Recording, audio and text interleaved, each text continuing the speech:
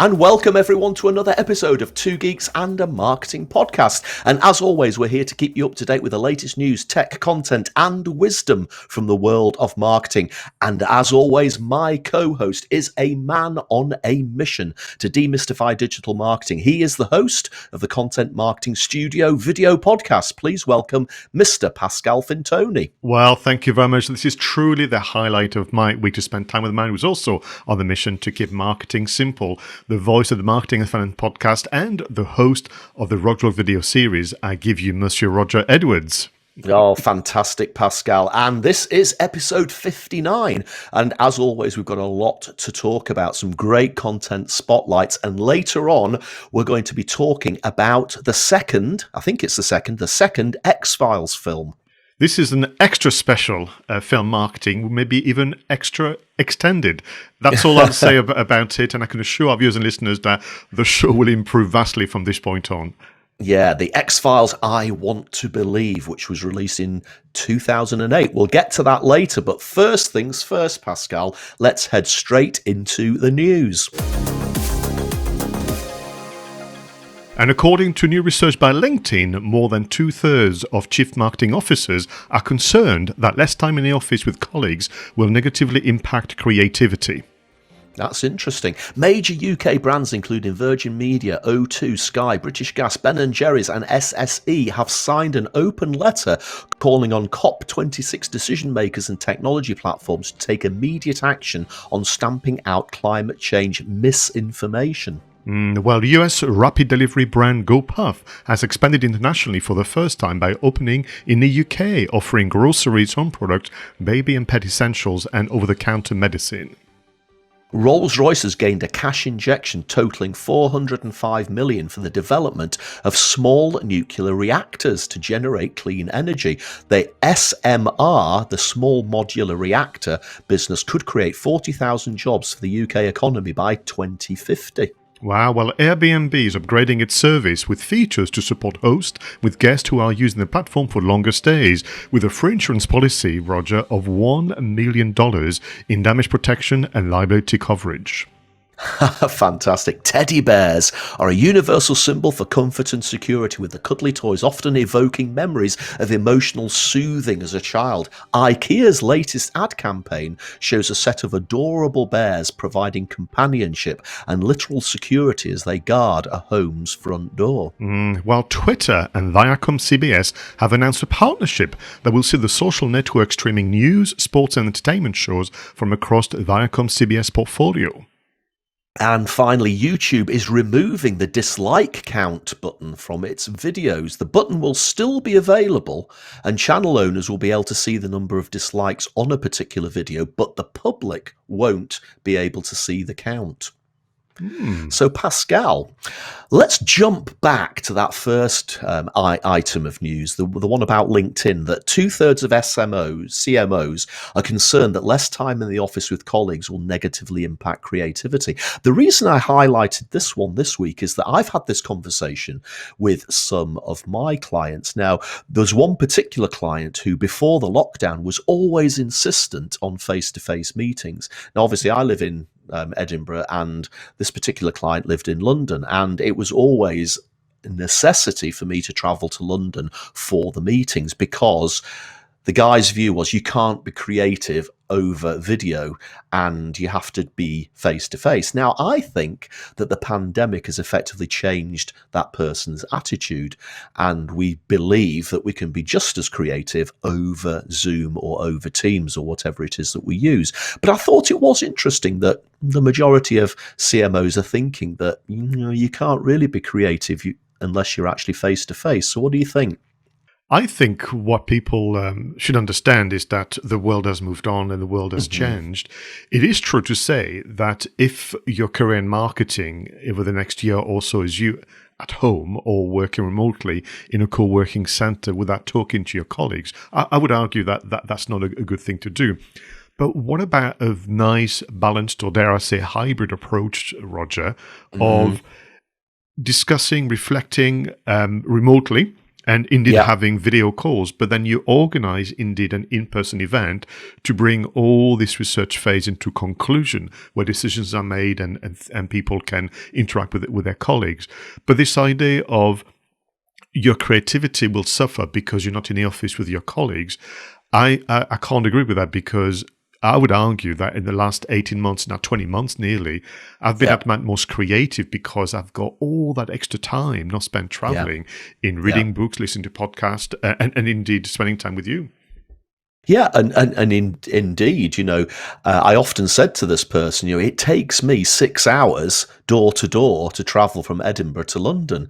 And whilst you might be there sat waiting for me to arrive, all fresh and, only just arrived, where I've been up since about 4 a.m. So I might actually be creatively tired by the time I get to London. So actually, I think you're right. A balance has to be struck. So what do you think of teddy bears? Very fond of them. There is a bit of a custom, a bit of a tradition in France where you keep your first teddy bear for the duration of your life. So when you are on your first birthday, you are gifted, although you won't remember because you're far too young, you're gifted your first proper teddy bear, and you keep that.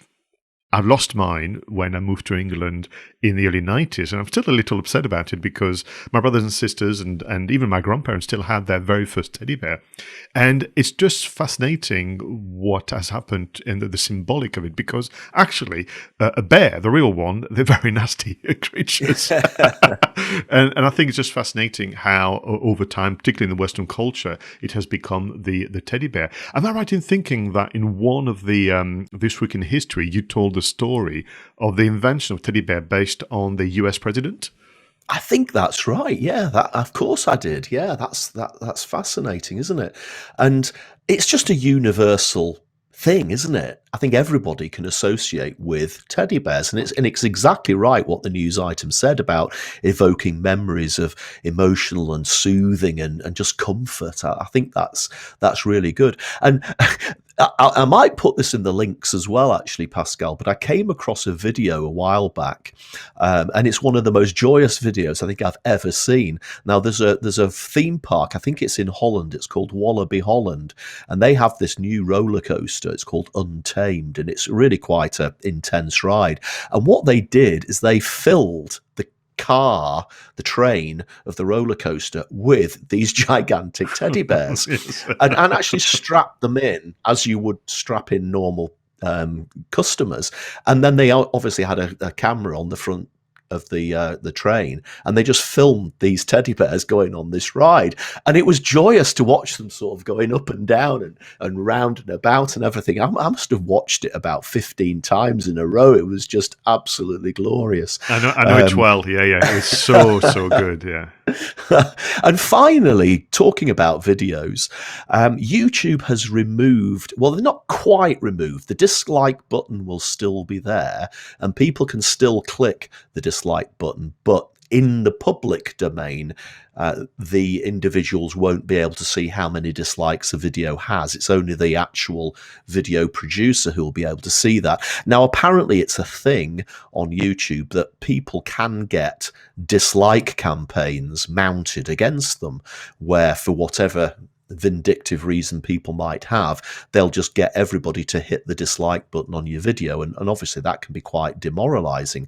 Now, the thing is, if you're a victim of that sort of attack and you can still see the dislike count, I'm not really seeing how this helps, but at least I guess the rest of the public can't see it. So maybe it's a halfway there. In reality, I've never seen the need for a dislike button. YouTube will say that actually, if you get 1,000 likes and 100 dislikes, it all actually just counts towards the algorithm thinking that this is a video that people want to watch, whether they like it or not. So they're saying it doesn't matter. But I guess in a world where mental health is supposed to be such an important thing, I don't think we should be giving people the ability to hit a dislike button on something. What is interesting is, based on the videos that I watch, which are primarily in and around the subject that we cover on Two Geeks and Martin podcast, I will say that the number of dislikes is such a small percentage of the views and the likes. It reminds me of a news that you and I shared a few months ago with regard to Instagram, considering removing all form of dashboard information, as I would call it. So literally, you would see an image or a video on Instagram, and there would be no reference to its popularity or lack of, in an attempt to, like you said, invite people to consider watching and liking a photo without necessarily being swayed by the kind of the established reaction. And I do wonder whether, in the spirit of what YouTube's trying to do, I would like to see their efforts on the comments a lot more than on the like and dislike button, because I think on occasion, which is a subject we're going to cover very soon, particularly under some form of pseudonym or anonymity, people put some very nasty comments, and I think this is where they could work harder. I think it's interesting, but to your point, why would you want to spend time watching a video till the end and decide you don't like it? Why don't you just leave and leave that as the barometer for the publisher to go, oh, that's interesting. On this 4-minute video, people stay for just 30 seconds. It means they wasn't for them, but at least it gives you that data, which I think is more helpful than just like and dislikes. Yeah, I absolutely agree. So once again, Pascal, a great set of news items. And again, we could have talked about some of the others. Maybe that Rolls-Royce one, we'll come back to that as they continue to develop. That sounds absolutely fascinating. But for now, let's shine our spotlight on some content and move on to the content spotlight section of the show. And in this section of the show, Pascal and I bring to the table a piece of content. It could be a video, it could be a blog, it could be an audio, and we shine our spotlight on it. So Pascal, what have you got for us this week? Right, so I've got an article from theguardian.com, and the title is as follows: What to Expect from the Online Safety Bill by 𝗏𝗏. Now, two things. I discovered in a process that The Guardian have a weekly newsletter called Tech Space. So if you are, like Roger and I, very interested in tech, in business and in life, then that could be worthy of your consideration. But in terms of this article, this is something that you and I have brought up in the news section, in fact. The way in which governments around the world are putting pressure on the platforms, search engines and social networks to essentially make the internet a much safer place. And this online safety bill has been almost overshadowed by other news like Brexit and COP26 and more, COVID in particular. But what has happened is in September/October, there's been many meetings from our UK MPs and peers in and around the content of this online safety bill. And whilst this is a serious matter, and I apologize in advance for what the tone of this account of the article, it is of vital importance that we, as users of the internet, but also business owners, take view on what is happening, because we have to be part of the solution. So very quickly, the online safety bill is essentially pressure on the likes of Facebook, Google, and many others to have a duty of care to protect all of us from harmful content at all ages and stages of our life. And the result of not applying duty of care would be substantial fines from Ofcom. Very quickly, the article will give you lots of details on the link in the show notes, but the duty of care is threefold: preventing what they call the proliferation of illegal content and activities. The dark web is one of them. You could argue they can't control that, but on their own platform, there should be no material in and around hate crime, child pornography, and so on. That's number one. Number two, very importantly, ensuring that our children are not exposed to harmful or inappropriate content. The third one, which is where it has been more difficult, is for the big players or the platform to ensure that we as adults are protected from legal but harmful content. And the issue there, Roger, is about how to define something that is harmful. The committee would be publishing the results of their deliberations. They've had what they call the witnesses and others to talk to them. But on the 10th of December, there would be the result of what the UK is going to do moving forward. There are three elements that is expected to be part of the bill. The establishment of a permanent joint committee, cross-party committee, to oversee the Act and the execution of the Act, but also to support Ofcom and other authorities to do their work. there definitely will be criminal sanctions for both users who are publishing the content and the executive of those platforms who are allowing the content to be visible to users. There was a very, very scathing remark by the cultural secretary, Nadine Dorries, addressing directly Facebook and Nick Clegg, who is the communications chief for Facebook, saying to them basically, sort out your algorithm and why don't you spend time away from the metaverse and concentrate on the real world. That must have hurt a little, but the truth is always very, very hurtful. Now, for users who are publishing content that is deemed to be harmful or leading to harm, 3 sanctions, criminal sanctions will include fines and time in prison if you are sending messages that convey a threat of serious harm, such as threatening someone of harm or death, as we've seen some of our politicians being attacked on that and others, then you will be deemed to be a criminal act. If you're posting misinformation back to your comment in the news, that is also something that would be deemed to be a criminal activity. And if you are sending a post or a message to somebody else intending to cause harm without reasonable excuse, you will be essentially taken care of. Some critics of the bill say that it's not going far enough. For example, fake advertising, which is, according to Martin Lewis, the moneysavingexpert.com guy, is urging the government to include advertising and fake advertising in the bill, but we don't think it's going to happen. They say that there is another authority than Ofcom. We don't think that Ofcom would be given enough power to investigate for themselves. What's going to happen, Roger, is that the platform would be the one to provide the paperwork, but not to have a investigation. But the one thing that the bill needs to include, and there's going to be, I think, a lot of demonstrations around it, is the tackling of anonymity.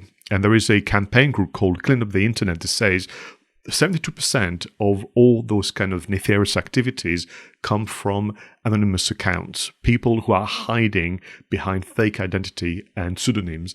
And if we want to really make this work, you've got to put a stop to people having a Twitter account or Facebook account and so on behind a false identity. So there's more in this article, but I wanted to kind of bring it up because we mentioned this in the news a few weeks and months ago, and it is so important, and it's going to have such ramification in our activities as businesses in terms of promoting ourselves on those platforms. This is really interesting, and we could spend the rest of the whole podcast talking about this. I mean, I agree again about the identity thing. A lot of people, aspire to get one of these blue ticks, don't they, on Twitter, a so-called verified account. And the reality is everybody could have a blue tick if we verified our account by showing our something like a passport or a driving license or something like that. But I think that, some of the bad things about the internet are directly as a result of people with anonymous accounts, keyboard warriors being able to troll people. And I'm really quite pleased, to be honest, that there is this striving to bring some of these tech giants to account, and Facebook is probably one of, or Meta is probably one of the biggest culprits at the moment. Interestingly enough, the other night I started watching a YouTube video where Gsry Vaynerchuk was interviewing Mark Zuckerberg about the bloody metaverse. And honestly, Pascal, I had to turn it off. I after about 3 or 4 minutes, I genuinely couldn't watch it. Gary V was just his usual sweary self talking about NFTs and blah, blah, blah, blah, blah. And Zuckerberg is just, there's just something really creepy about the guy. And he was talking this utter gobbledygook and technobabble about the metaverse, which was just absolutely wrong. And I just had to turn it off. So this article is absolutely right. Stop going on about the metaverse and get your house in order before you take yourself further forward. Yeah, absolutely. So once again, I think it's such an important subject. We brought it, but let's see if we can lighten the mood with your selection for content spotlights. Yeah, this is a bit different, this one, Pascal, and it's actually almost like a list post. It's an article in Smashing magazine, which is a fabulous name for a magazine, Smashing magazine, and it's written by Freya Giles, and the title is 50 Resources and Tools to Turbocharge Your Copywriting Skills. Now, I came across this article because recently I write a column for Money Marketing magazine. It's only once a quarter, so I don't have to do it that often. But the one I wrote recently was about product innovation, and it got it got quite a lot of attention, and quite a lot of complimentary comments came through to it. So I started thinking, really being quite positive about copywriting. And I came across this article, and as it says, 50 resources, and it's a real treasure trove of stuff, Pascal. I mean, I could spend the next 20 minutes or so going through all 50 of these suggestions, and we obviously haven't got time to do that. But if you do any form of writing for any of your clients or your own business, just check this article out, because there will be something in it that you will find useful. Unfortunately, what Freya does is she collects together these 50 apps into different categories. So, for example, the first category is brushing up on your language skills. You know, things like using punctuation properly.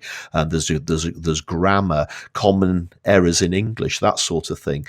The second category, if you like, is one right after my own heart: master plain English. So again, lots of examples here from the likes of the Plain English campaign, how you can cut the claptrap and the gobbledygook and the bloated language out of your copy style.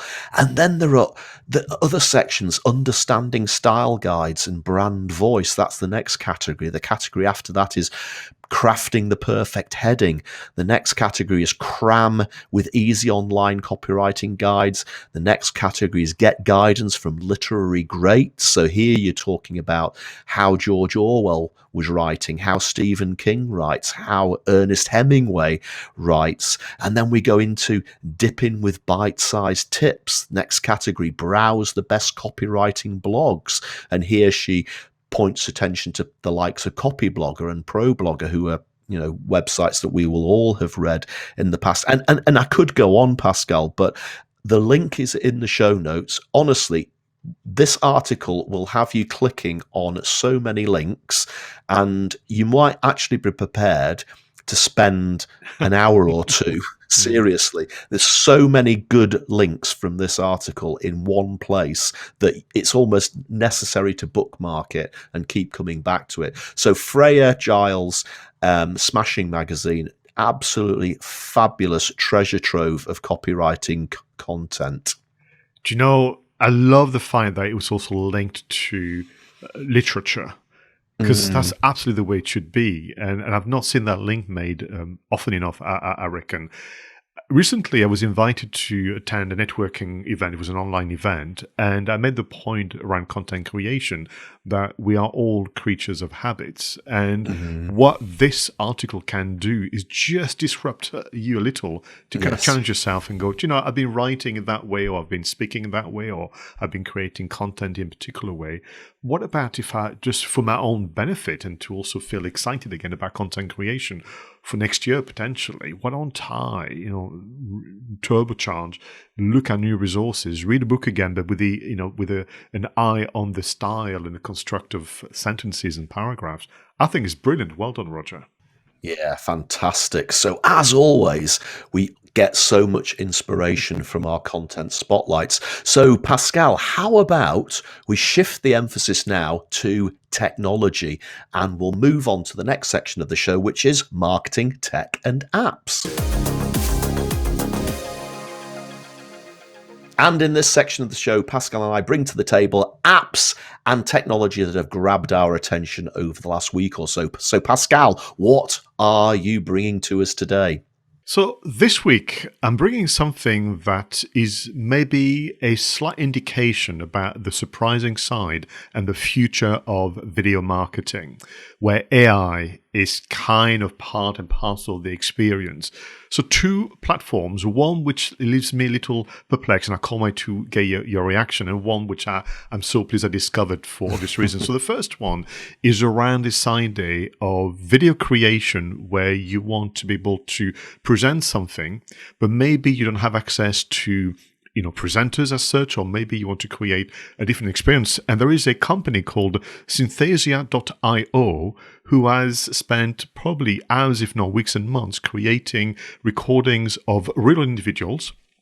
And they have captured every single syllables and consonants and vowels, which means that literally what you can do, Roger, is type the text, and then an AI presenter, which is a recording of a real person, will speak the words that you have written, but they can also speak in more than 40 different languages. So they are called avatars, they're called video AI presenters.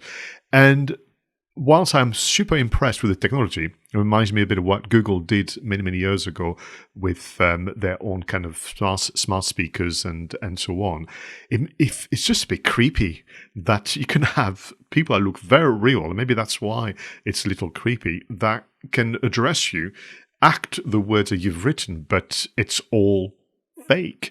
But is it the future in so much as instead of having to book an actor, or if you don't feel like doing it yourself, that's what you're going to be doing? For me, I would like to make sure that if I go on the website and there is a presenter that looks very, very real to me, that there is actually indication that this is an avatar or this is a virtual assistant. If we get into the territory of misleading people, I wouldn't be too impressed. So that's the first one.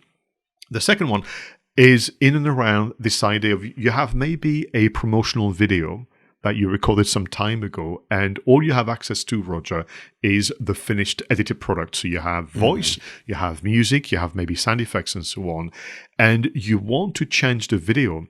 But the problem that you have, Roger, as you know, is that the music and the voice and the effects are all kind of all into one file, where there is an app called lalal.ai, spelled L-A-L-A-L, that can literally extract and split voice, music, sound effects into different tracks, which allow you then to use the voice into a brand new video that you can edit, and then you can change the music and you can change the sound effects. And this one I find very impressive, because I've had requests from customers who have had the promotional videos that maybe I produced actually myself many, many years ago, and all we have truthfully is the finished product. We no longer have the separate files, and that would really, really save the day on many occasions. So that one, I'm very, very impressed. The first one, I'm just a little weird about it.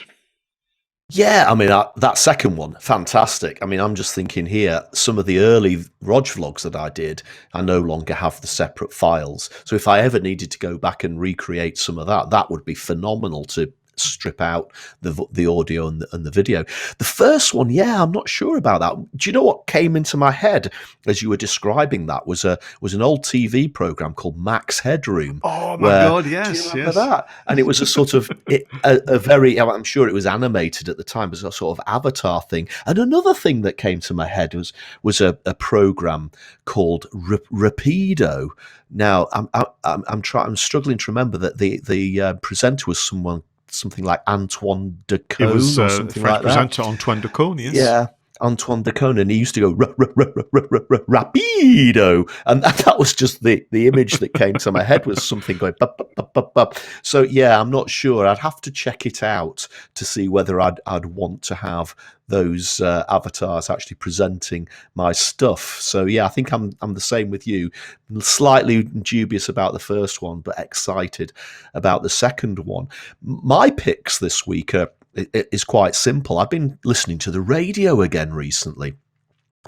I came across, and this was on Twitter, a radio station, a UK radio station, which is called Mad Wasp Radio. I'm going Okay. to say that again, Mad Wasp Radio. And their logo is just phenomenal. Obviously, it's got a wasp in it, and the wasp seriously does look mad. What I like about this radio station is that they do combine classic tracks that I would like, so quite a lot of rock stuff in there, but they're also spotlighting new acts as well. And I think one of the things that I constantly find by being a Spotify person is that Spotify has this ability to make you narrow down your enjoyment to a very narrow selection of tracks, because what you end up doing is just listening to the same stuff. And like every year, Spotify will give you, this is what you listen to most of in 2021 or 2019. And what do? You start listening to that list again, and then it narrows it down again. Whereas what Mad Wasp Radio are doing is actually widening things out and getting you to experience new things. So what this prompted me to do was to review the apps that I use to listen to the radio, because if I'm driving the car, obviously I've got a radio on the car, but I couldn't actually find, I'm sure it's there, but I couldn't actually find Mad Wasp Radio on my car radio station thing. So I looked for apps to download. Now, the best radio app that I can find on the App Store, and I don't know whether this applies to the Android store as well, is a simple app called Radio UK.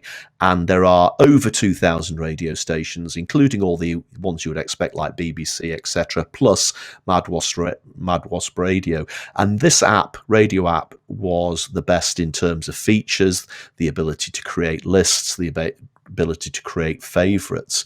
But there is also a Mad Wasp Radio app of its own. And I guess the reason why I highlighted this is, first of all, here's the radio app where with 2,000 radio stations on it, and then here's an app with just one. And I did wonder, why would you go for the individual single radio station app as opposed to one which has 2,000s? Now, obviously, the Mad Wasp Radio has things specific to that channel, and they do run competitions and that sort of thing. So that's quite nice. There's the extra content. But I guess overall, I'd probably go for the app, which gives me the widest reach. What do you think? I like the idea of a sense. What we know in and around mobile phones and apps is about creating your own identity, and people will choose the single app, Ashley Roger, as a form of loyalty. The same way you choose a particular car, a particular pair of jeans, a particular pair of trainers, and so on. And for you, your mobile phone is such an intimate now item. It's part of who you are. And to say I've got a Mad Wasp app on my phone and not the other one is part of how you want to communicate with yourself in the wilder world. So I'm just so excited for them as well. Yeah, it's really, really good. And as we always say, the technology is what shapes the world that we live in. But what we have to do from time to time is to look back in time to see how these pioneers led us to where we are today in our technology-rich world. So, Pascal, as always, let's fire up the flux capacitor, set the controls of the TARDIS, and head back in time for this week in history. In 1969, Commander Charles Conrad and Lieutenant Commander Alan Bean make a perfect moon landing on the Ocean of Storms. Apollo 12 mission was the name, and one of the objectives, Roger, was to recover the Surveyor 3 probe sent in April 67. In 1982, The Visitors, an album by ABBA, becomes the world's first commercial music compact disc, CD, manufactured in Germany by Polygram Records. Wow. Well, in 1996, US patent 5579430 is granted to the Fraunhofer Institute in Germany for a digital encoding process known as MP3. And in 2006, Nintendo releases the Wii game console with its innovative motion-sensitive controller. It quickly becomes the best-selling 7th generation console with games such as Mario Kart, Wii Sports, Wii Fit, and Resident Evil 4. And I always thought that if there was a game console called the Wii. There should have been one called the Pooh as well. I absolutely love the Wii. It was such a great game to play with friends, when they came to visit you. The seventh generation console, though, that's just mad, isn't it? It's ridiculous, yeah. Tell me a bit more about Apollo 12. Yes, as I was reading this, so much information was coming into my head and nearly stumbled across a few bits. But I wanted to kind of bring it up because it is just fascinating to me that everyone talks about Apollo 11 and 13, but nobody talks about number 12. Yeah. And number 12 is still full of drama like all the others and whatever. So let me tell you why Apollo 12 is just an incredible mission to begin with. Just before launch, they had a hydrogen tank leaking, and they had to literally repair it quickly so that not to miss the time of launching to space and getting to the moon. Whilst they were traveling towards the moon and still in the atmosphere, the capsule, you could argue, got hit by lightning. Oof. Once they were on the moon, inside the satellite bit, there was a fire. And so it went on. There was just so many incidents. Frankly, it's a miracle that they came back. And it's just fascinating to me that people would just know about 11, the first one. They know the date, and they would tell you where they were and so on. I mean, this was still also transmitted on TV. But the public just wasn't interested. And yet it's just a remarkable achievement once again, because frankly, there's more computing power in a Wii and the games that we playing Mario Kart than what they could do with regard to controlling their flight into both the atmosphere and into space. And I just feel almost I don't know, a little sad. And more importantly, they also had a proper job, which was to recover probes that had been sent years and years before. And it's just fascinating to me that people don't know as much as perhaps we should about those different Apollo missions. No, I think you're absolutely right. And I have to put my hand on my heart and say that I didn't know about this. I would have focused on 11 and 13, as you pointed out. Mm-hmm. So thank you for widening my knowledge and horizons. So I just wanted to quickly highlight this issue of the CD, the first CD. The first CD was the ABBA album "The Visitors," released in 1982. Now, of course, the big news is that ABBA have just released a new album, the first since that one, "The Visitors" in 1982. The Voyage, which was released this year, 2021, nearly 40 years later, has come out, and obviously mainly on the digitals as opposed to the CD. And it's great. It's amazing that those people can still produce music of the same sort of quality as they did 40 years ago. But I guess the question I was going to ask you, Pascal, was what was your first CD that you bought as opposed to an LP vinyl record? Yeah, actually, I was a late adopter of the CDs, only because I had just this fondness of the LPs. And my very, very first CD was the double album by Prince, Sign of the Times. And because it was double album, so it felt very, very special. But to that point, though, I still bought singles leading up to, because remember in the days, in the 80s, for our Eurovision listeners, you had singles before the album was released.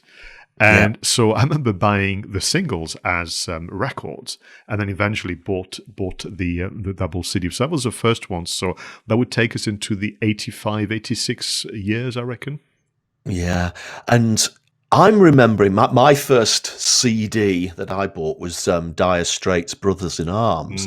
And I'm trying to remember, I should have done a bit of research on this, but each CD originally had a little set of 3 letters in the bottom corner, and it was correct. The Dire Straits was DDD, so everything about that album was digital. It was recorded digitally, it was mixed digitally, and I can't remember what the third bit was. But if you bought an album on CD that maybe had been recorded earlier, so an album from the 70s, for example, it might have been ADD, so it was recorded in analog, but then they've created a digital version of it. And I always remember that at the time, it was the absolute best if you could find an album which was DDD. I don't really think they bother with that anymore, but there's a bit of a memory that came back to me. What for me, the pleasure of buying my first record with my own pocket money by doing chores around the house was you took time to look at the artwork. You really took time to choose one because you can only afford one album a month, maybe if that. Yes. And I remember the pleasure of discovering what the artist and their marketing team had created and crafted. And I mean, the Sign of the Times one, whilst I bought the CD because I wanted to be able to listen to it myself, the full LP was just glorious in terms of the photography and the calligraphy and everything that they did. Interestingly, yesterday with Denise, we were watching a program on Freeview called Masters of Rock, and it was looking at the 80s. Interestingly, we watched it for a couple of hours, and there was at least 4 or 5 music from Genesis, which I thought was very, very telling. And there was all the kind of rock bands, including Prince, was actually featured there. And we were just reminiscing about the albums and the LPs and the artwork. And I think that's certainly a big miss when now you could just download or go online and buy your tracks to go put on your phone or another device. Yeah, I agree. Some of the joyous artwork that you used to get, some of those almost like fantasy art, artwork that used to be produced for rock album covers was just phenomenal.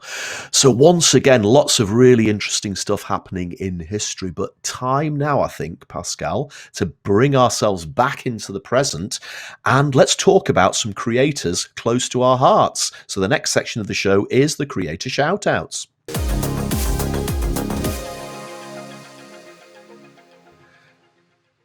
And of course, in this section of the show, we give a shout out to creators, sometimes from our own network, sometimes from outside. So Pascal, who is your shout out this week? So the shout out is actually a reaction to our conversation over the past few weeks about the metaverse.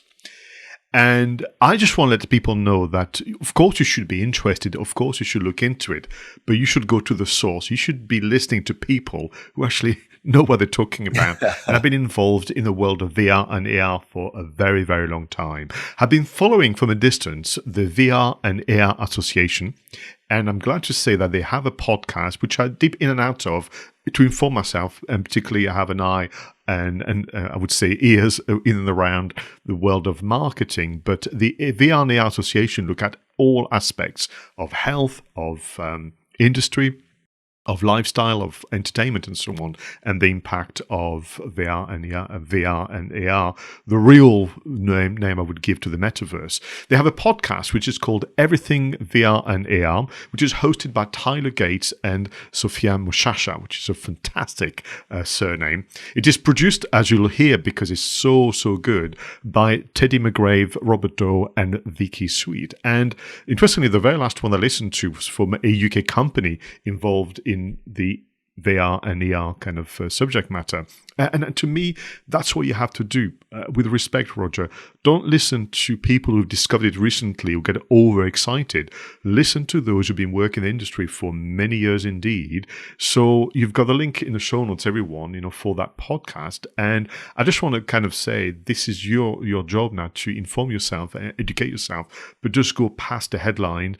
I will give a go to articles that are published more recently, but my preference would be to go once again to authorities and passionate individuals who've been working in this domain for quite some time. So Everything VR and AR, the weekly podcast that you should all be listening to. Yeah, of course. You have to do this because, as you would expect, now the metaverse is big news. There are so many metaverse experts out there who probably about 2 or 3 weeks ago were Clubhouse experts or Twitter Spaces experts, but they've now jumped onto the latest bandwagon and probably are selling metaverse courses for $97. But these guys know what they're talking about. Now, the shout out that I wanted to give today is actually for a gentleman that I met when I was speaking at a conference in Belgrade in Serbia a couple of years ago, Nemanja Živković. Now, he has a podcast called The Funky Marketing Show. And what a great name for a podcast. And do you know how they always say that sometimes you need to get inspiration by looking outside of your industry. I remember reading a fabulous article about how one of the airports in the UK revolutionized their queuing lines within security and within check-in by having a look at how Disney arrange the queue lines for their rides at the Disney theme parks. And I think sometimes you have to look outside of your industry. But what this reminded me of is that sometimes you should actually look to other countries and other cultures and other cities to get inspiration. And I've listened to a number of episodes of this podcast, and what's great about it is that, of course, the themes are marketing, and of course the themes are things that we understand. But as you would expect, they use different examples of different companies, some of which I've never heard of, obviously, because I don't live in Serbia. But I think the inspiration you can get by stepping outside of your usual cultural comfort zone and listen to other people talking about it is phenomenal. So I've sort of dipped in and out of this podcast ever since I met the guy at that conference, but I hope people might just give it a little try and see whether you can be inspired by things that are happening in another country. Superb selections again for the creator shout-outs. Really pleased with that. Yeah. So, Pascal, we said this at the start, and now we're here. It's time for the film marketing part of the show, one of my favorite parts of the show, and we're going to talk about X-Files, I Want to Believe. Well, of course, Pascal, the X-Files was probably one of the sensations of the 90s, one of the most popular TV series ever. I think they transmitted about 9 different series of the TV show, and there were a couple of films. I think, if I remember rightly, there was one released in 1998, and the one we're going to talk about today, the X-Files I Want to Believe, was released in 2008. So let's remind ourselves what it was all about by watching the trailer.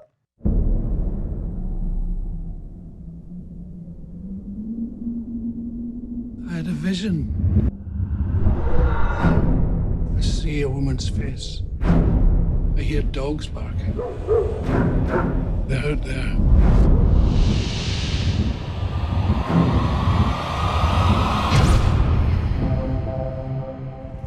I called you in because I valued your belief in this phenomenon. I'm not the most popular girl at the FBI right now. Scully? Mulder? Father Joe claims a psychic connection. So you believe in these sort of things? Let's just say I want to believe. Don't give up. You see them? I see eyes staring out. My visions were God's work. Maybe it's not God doing the sending.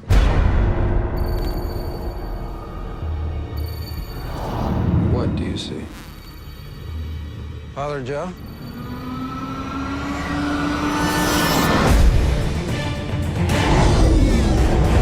I'm done chasing monsters in the dark. It's here. I need you on this with me. It's here. It's here. Here.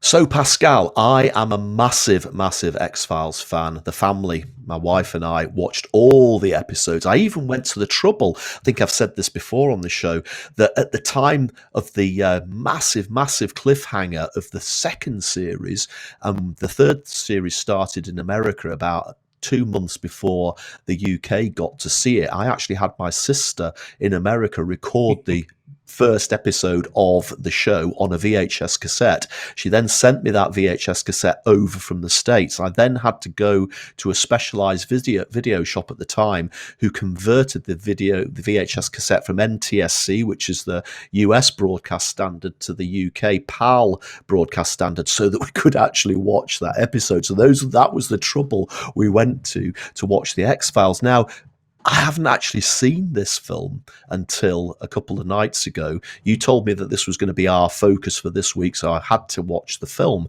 And whilst I thoroughly enjoyed it, and as always, Duchovny and Gillian Anderson's performances were fantastic, I'm not actually sure it felt like an X-Files film. I thought the plot didn't include any of the UFO mythology. There wasn't a monster of the week in it. And apart from a little bit of maybe psychic ability of the priest, it was just a normal crime film. And I just sat there thinking, actually, they could have had any male and female actors playing detectives, and this could have just been a run-of-the-mill detective drama. Am I being a bit cruel? Not at all. I mean, once again, who is not a fan of the X-Files? To be honest with you, you cannot be friends with Roger and I if you're not. I mean, it defined the 90s. And for me, it was almost discovering once again what it meant to be a fan. I mean, it was shown in the UK every Tuesday evening. And we just couldn't wait, you and I, Denise, Trish, and all the others, we couldn't wait for the opening credits, you know, that music from Mark Snow, that montage, which was actually won a few awards back in the days. And we were just drawn into the adventures of Mulder and Scully, which also featured in the song. We had the pleasure, all of us, to follow them across 9 seasons. And then this film came about, and then 2 additional seasons, which sadly were only exclusively shown on the Fox digital channel. So it took a while, and now we're lucky because we have everything on Disney+. But the X-Files, I want to believe, 2 things. Nobody knew it was coming. They only had at best, 3 to 4 week marketing campaign, and this marketing campaign was okay.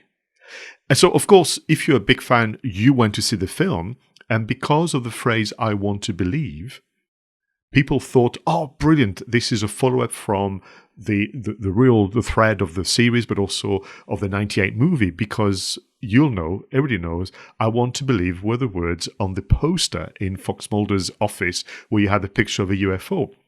So your feelings and reaction were pretty much what I had when in 2008 when you saw the film, which was a pleasure to see your heroes on the big screen again, but thinking, I wanted a UFO story.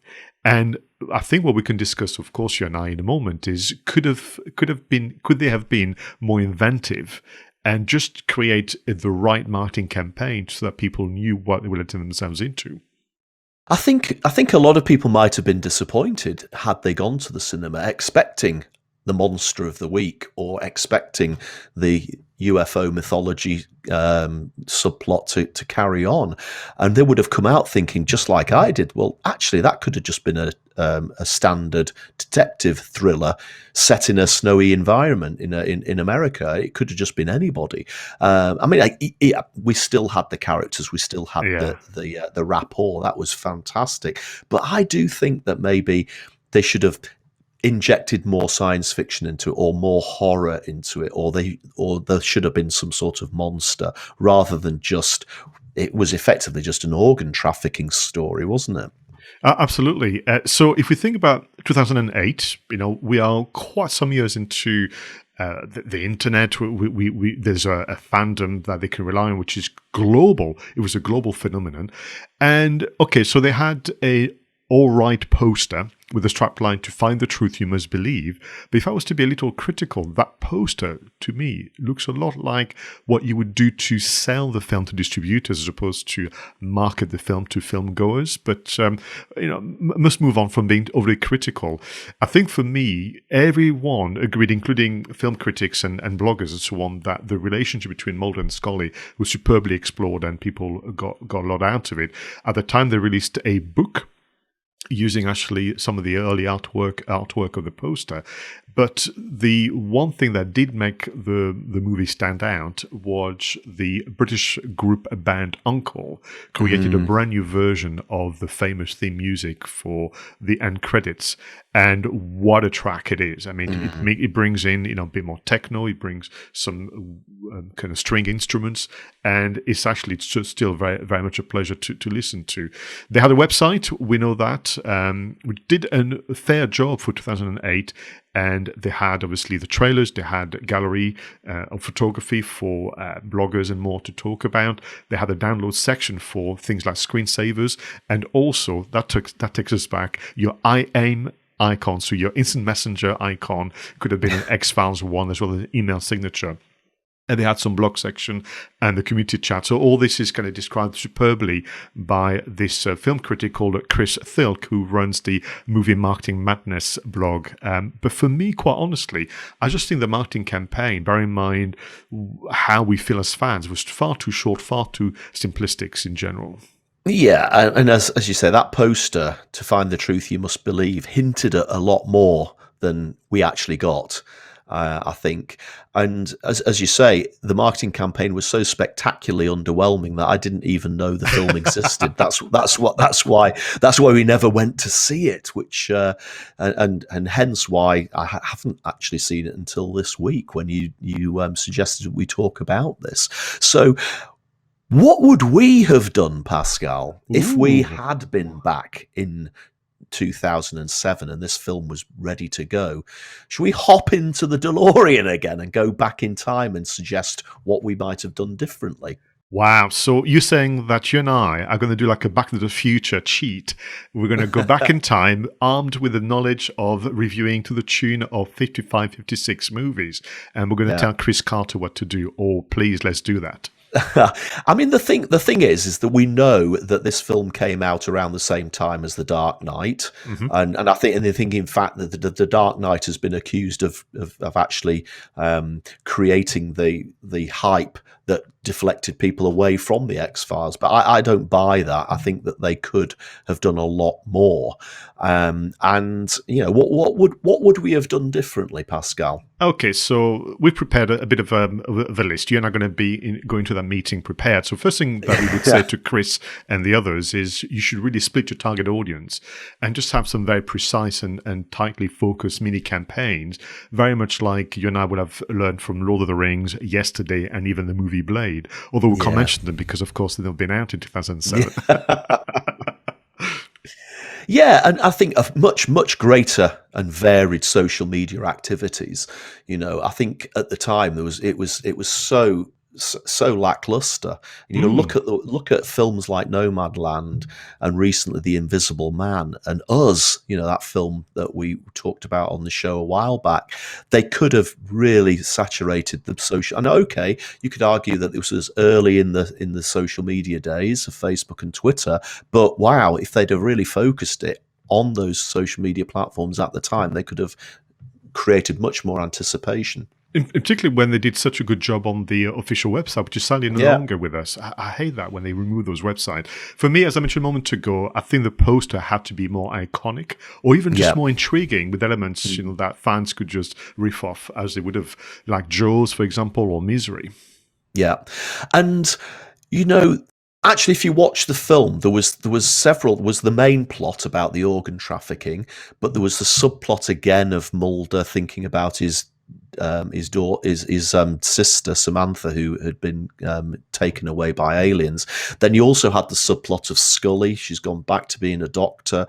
There was a terminally ill child that she was looking after, and she was struggling with a decision as to whether to try and give him this revolutionary treatment, which we knew was going to be very, very painful, but could have saved the child's life. So they could have done different versions of the trailer, maybe focusing in on each of the subplots of the film, in addition to having an overall trailer which had the bigger threads in it.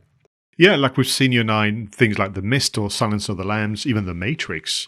Yeah. For me, the one thing that you mentioned The Dark Knight a moment ago, and what they should have done, and I would recommend if we were having a meeting with Chris Carter, I would have created a official, inverted commas, official FBI website, and I would be inviting the public to help me find Fox Mulder, because this is one of the thread of the movie. Can you imagine getting people to follow hints, or maybe we could send regular updates with some alleged, FBI officers asking people to be careful or to, reveal more about where Fox Mulder might be. That would have been just magical. And then on the flip side, almost using the 10 Cloverfield Lane kind of experience, create a hidden website, but which is easy to find, where Dana and Fox are communicating with each other and leaving hints for the fans. You could even listen to audio recordings. You could maybe ring a number where Fox Mulder would give you some clues. I mean, you could have created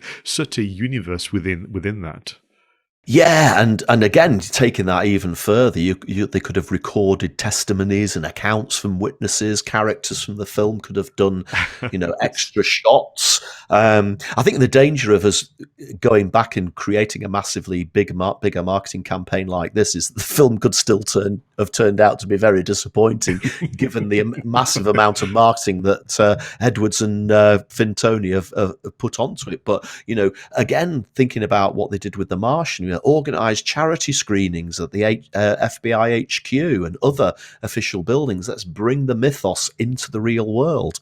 For me, the one that I would love to have been part of organising. Do you remember the 𝗔𝗵𝗲 War? When in the 𝗔𝗵𝗲 War, they organised kind of Comic-Con takeovers almost, where they had a big vehicle with allegedly the creatures inside. So go to Comic-Con, send FBI agents, send the men in black, and literally interrogate attendees of Comic-Con with photos of Fox Mulder and ask them, have you seen this man? And maybe organize some fake interrogation booth where you are being interrogated by the FBI, but it's recorded. You can send that on social media to all your friends. I mean, you could have had a lot of fun with that. Yeah, and another great idea would have been, have some sort of fan requested best scene or best episode from the X-Files, and then actually get David Duchovny and Gillian Anderson to do a live reading of the script and stream it across social media. And that's something similar to what they did with The Princess Bride and The Goonies. But that would have been, again, creating a lot of anticipation around that.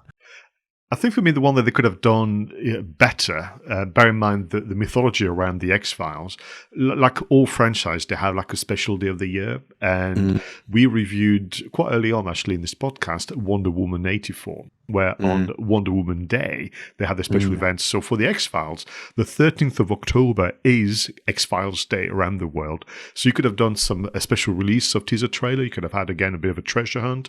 You could have had some behind-the-scenes photo. And just, could then go live potentially on social media to answer fans' questions like they did with The Woman in Black, where they had Andrew Radcliffe answering a question. And I think, once again, it's back to this idea of it's already there right there in front of you, Chris Carter. Just maximize it. Yeah.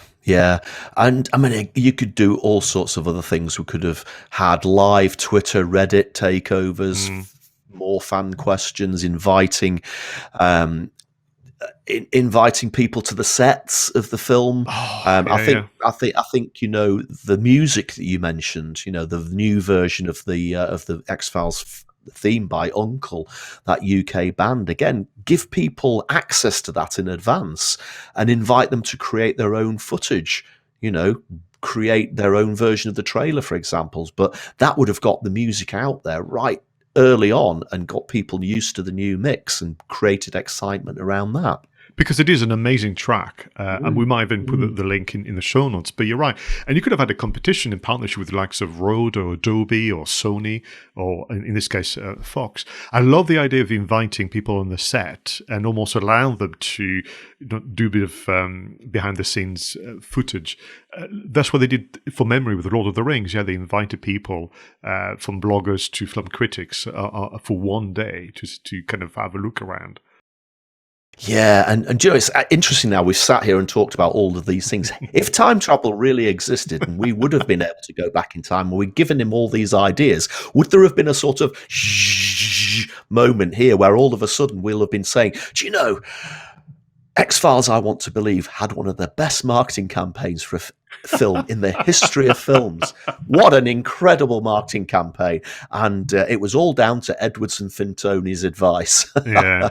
And then the many, many examples of online competition you and I've mentioned on the show, from editing your own trailer using the video clips of the trailer, so you could reorganize the clips and so on. There's been countless examples of quizzes and leaderboards. You've had people voting for favorite episodes, scariest episodes, funniest stories, and more importantly, being asked the questions, do you believe? And people sharing their personal stories.